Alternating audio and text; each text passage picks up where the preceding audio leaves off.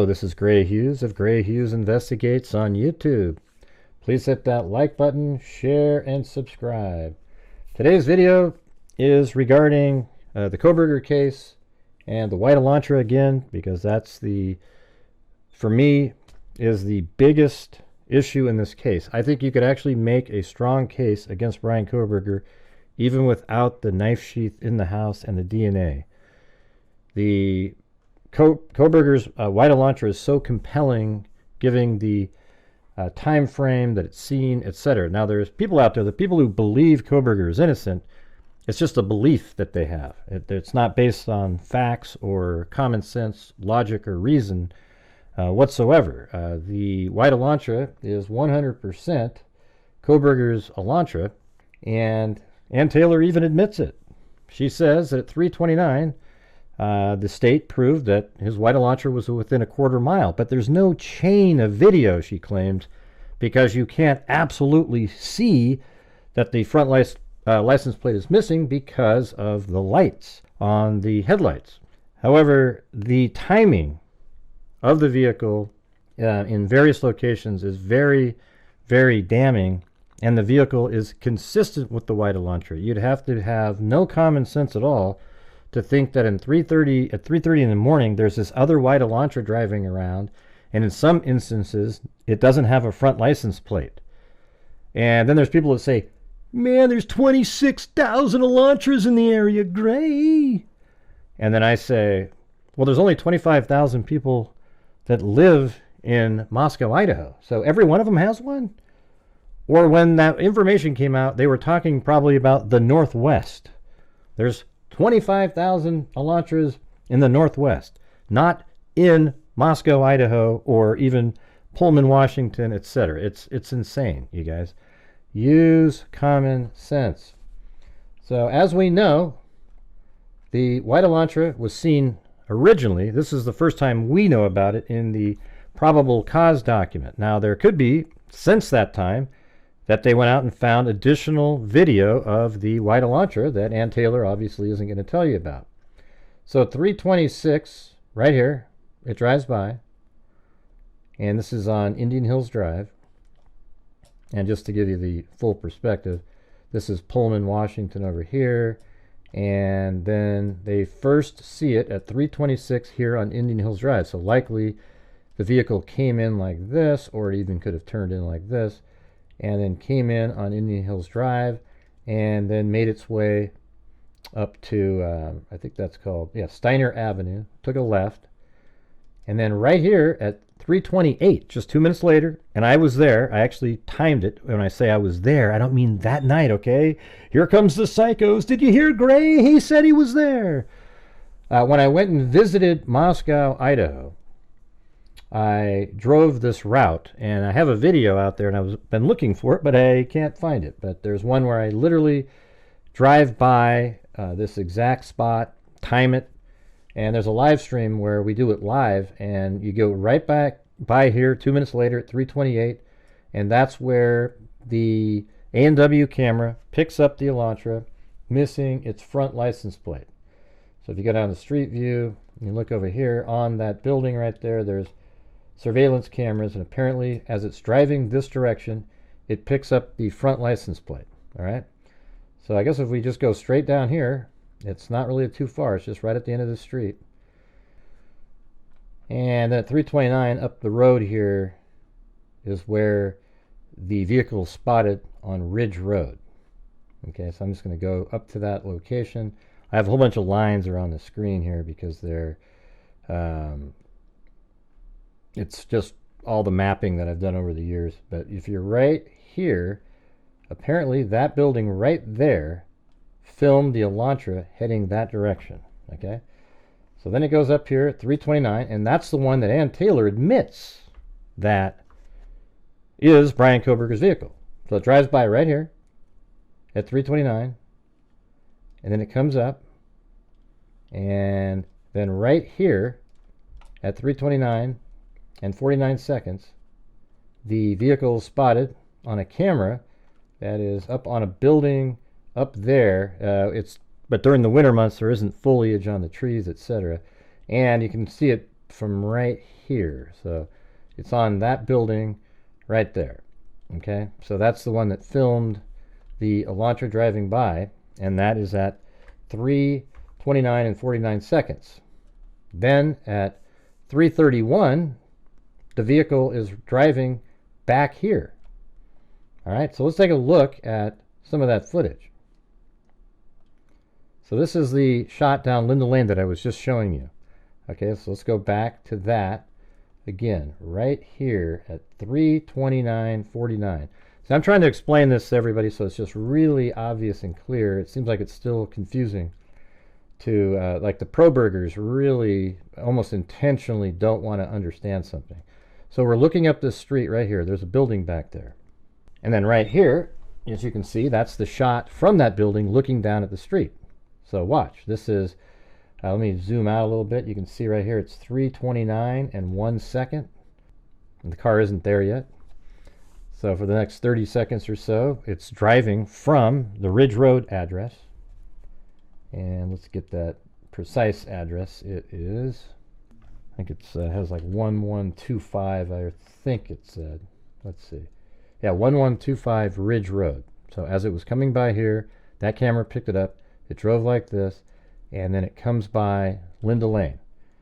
And you'll see here in a moment, the vehicle will, its headlights will light up various elements, and then also a vehicle that's on the ground behind it, it'll light up. And that's the same thing that's going on in the new image that's released when the vehicle at 4:20 is leaving the area. It looks like there's this other headlight, but it's actually just the lights of the vehicle shining off the headlight. So let's see, we are at 3:29:43. So here we go. It's coming right now. See that? And there's the vehicle. Now I'm going to zoom in and do this again, and you'll be able to see it much clearer that it's even a white vehicle. Watch, here it comes. And I slowed it down 50%. See right there, white vehicle, boom.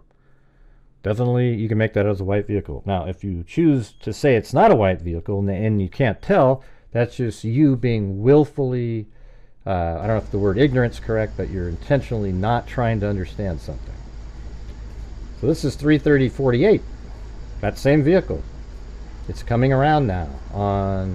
It turned onto King Road and then on Queen Road, and here it is going back behind Queen Road 500, and there it is right there.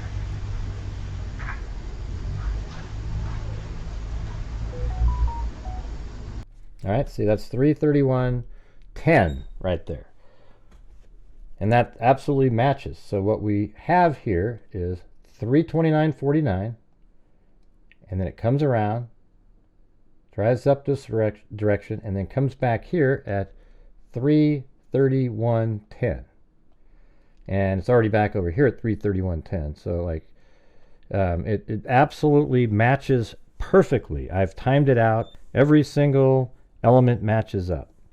Now, recently, like we were just going over yesterday, Ann Taylor put out that image of a vehicle driving into the area, but she intentionally used the 356 video of a car because she knows if she put out the one that was 331, it would match up with publicly available information that people are looking at, and she wouldn't want to do anything like that. So she's using the one time frame where the Elantra comes in from the other direction.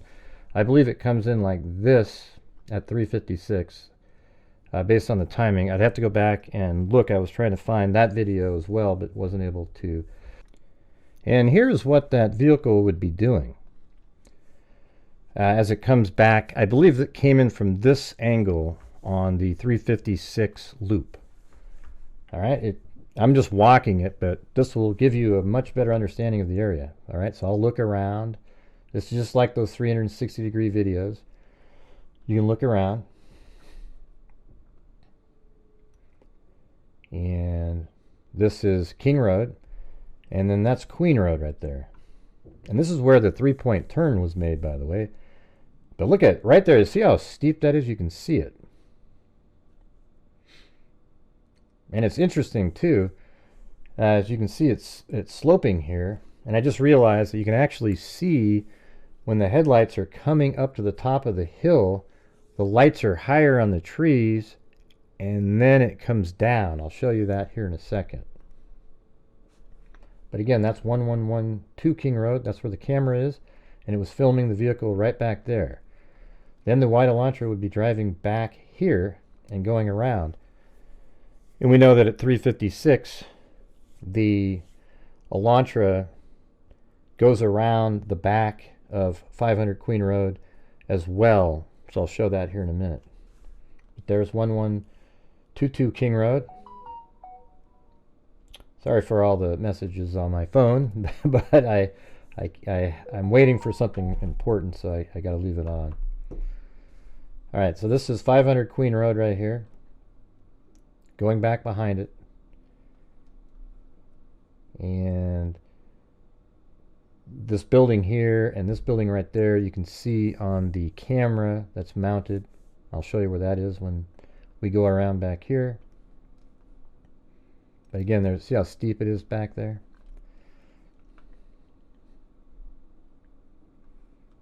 And so this building and these areas are all seen on the camera that's right back underneath there. And I know it's under there because when I went back there and found it, the psycho manager came out and tried to grab my phone. And then people on YouTube think I should have fought the guy. I mean, give me a break. And then right back here is where the vehicle's driving. The white Elantra. Okay, and then as we've seen in other videos, this goes back here. And that's what it looks like back. That's the building with the camera on it.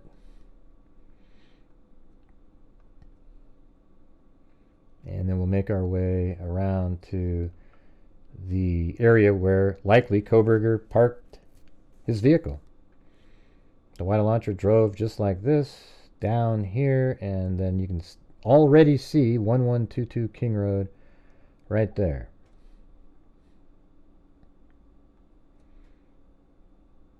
Right, now the vehicle may have parked where this vehicle is down there, or maybe even parked right in this area where you can see right into Madison Mogen's room. Okay? All right, now let me show you the light as it's going up that hill. So I'll move this back over here just so you can kind of see what I'm talking about. Like right here in this area, right? So let's take a look. All right, so you can see right there, 356.30. All right, and that matches this right here, 356.30. And see where that vehicle is at just as you're turning onto Queen Road. Now I'm going to go back to this, and that's 356.30. And I kind of rotated it so that it's not at an angle. 356.40 coming up here, and then not too long after this, you'll see the lights of the Elantra. See how they're high and then they go down? See, that's really interesting. I just kind of noticed that recently, but look at how the lights are high and then they go down, right? And it's cool because you can see like 356.41. Now watch. See, the lights are higher. Then they come down. And then 51, 52, 53, 54. So like 15 seconds later, it makes it to the end here. And that's exactly what we have in this shot right here. Okay, so right now the headlights are higher. And then as it gets to the flat ground, they go forward. And then about 10 seconds later, it makes it to the end here where it takes a right. So I thought that was pretty interesting. Just to be able to show that it's actually driving up the hill, obviously coming back there. And that is the same vehicle that you see at 356.30. So when it drives back there, you'll notice too, it has the exact same profile, etc., as the other loops. Like the one we showed earlier at 331, it looks exactly the same. So watch.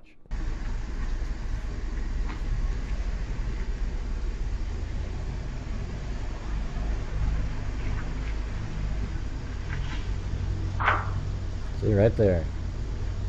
Absolutely the same. Now this image right here is not the one that she released, but it's the exact same camera. And as you can see, this is at 156. But I'm using this as sort of an overlay because everything is exactly the same. There's a truck parked right here, and then there's a vehicle, it looks like maybe on the street, that's parked right there at 156, and usually people are settled in for the night pretty much at that time, right? And then you can see this is the vehicle in her image, the one that Ann Taylor put out. This is the time on this, I believe it was 3:56 and 30 seconds. And yes, you can see right here in the document it says 3:56 30 seconds, and there it is.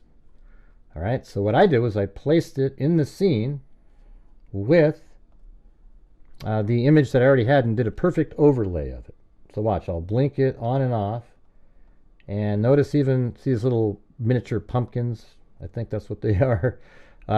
See how they're exactly in the same spot. Everything's in, and even this car is right here. You can see the front of it. There's the pickup truck. So you can see that I have it in there. So let me zoom in a little bit. All right. So then I bought a 2015 Elantra, and I placed it in the scene. Now let me show you how I did that. So in this program right here, in 3D Studio Max, I brought in the entire street, and here is the 1112 King Road address. I put the camera right here. It's just left of center on this house, and then I put the Elantra basically where it would be in that image. And then if you look through the camera, that's the angle that you got there. Now I rendered it out without the ground, and then I used a alpha channel to remove everything but the vehicle, and then I placed it into Photoshop.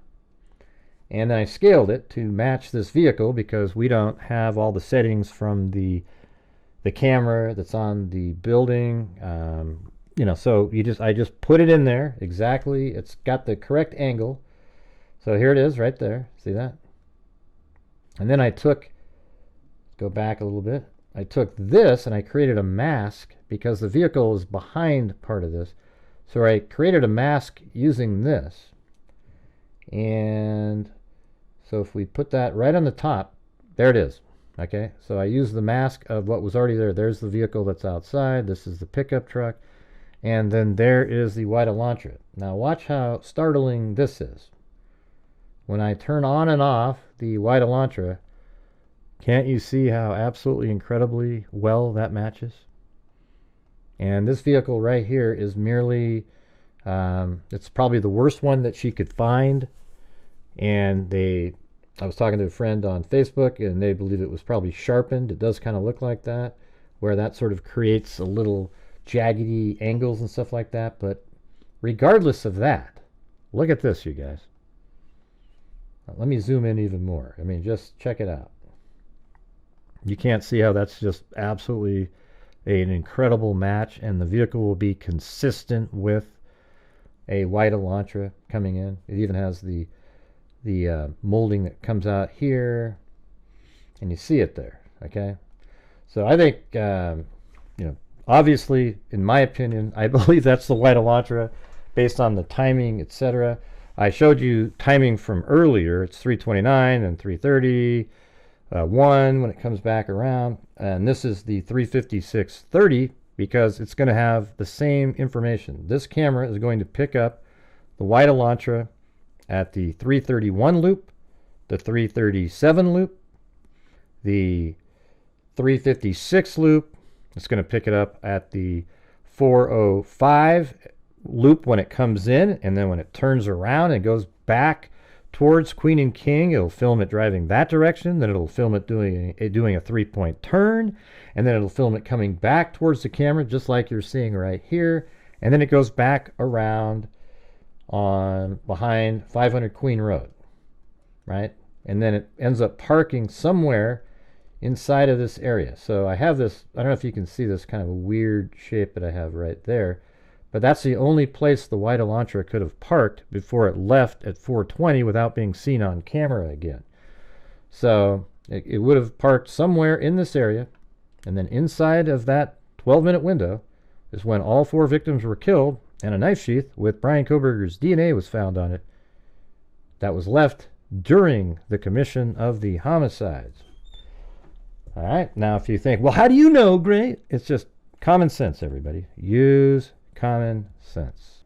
And then when you look at this last image here, as we were just talking about, leaving at a high rate of speed, let's take a look. See, there it is. There's that same car and the pickup truck, and it's still sitting there. That means in the those 24 minutes or so, the vehicles are still in the exact same position, and then here's a vehicle leaving at a high rate of speed. Now down here you see these lights here. You got these people going, oh, look, it's another car that's driving. There's 2 cars there. No, it's not. When this car drives by, there's another vehicle parked here, and the lights shine off of it. Okay? They literally shine off of it. And I have a tiny bit of footage from much earlier in the evening, different vehicle, etc.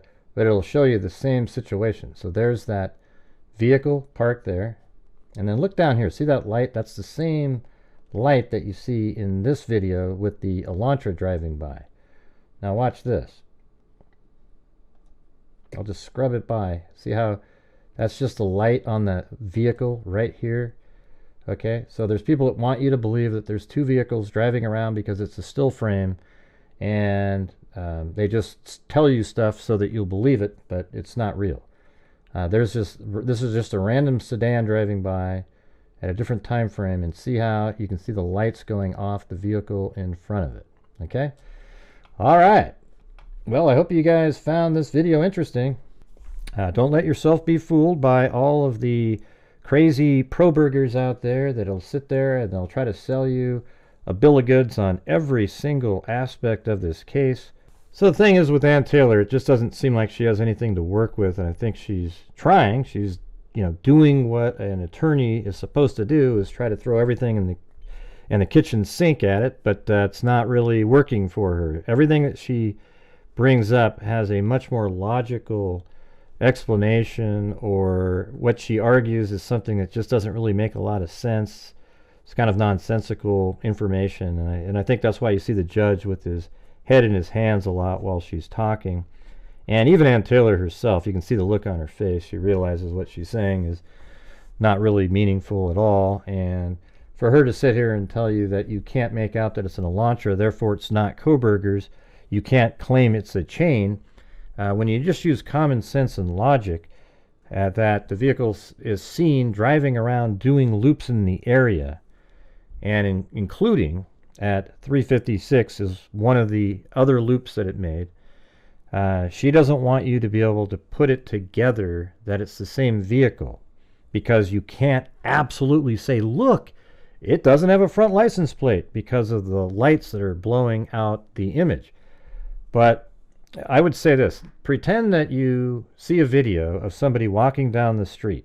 They're wearing a hat, a blue hat, a brown jacket, and blue jeans, and they're in the light. Then they go around a corner, and then there's a surveillance camera on the right as they make the turn, but that one doesn't have as good lighting on it. And they can still see that the person has a hat on, that they've got a jacket and jeans, but you can't make out the color of the hat, jeans, and the pants.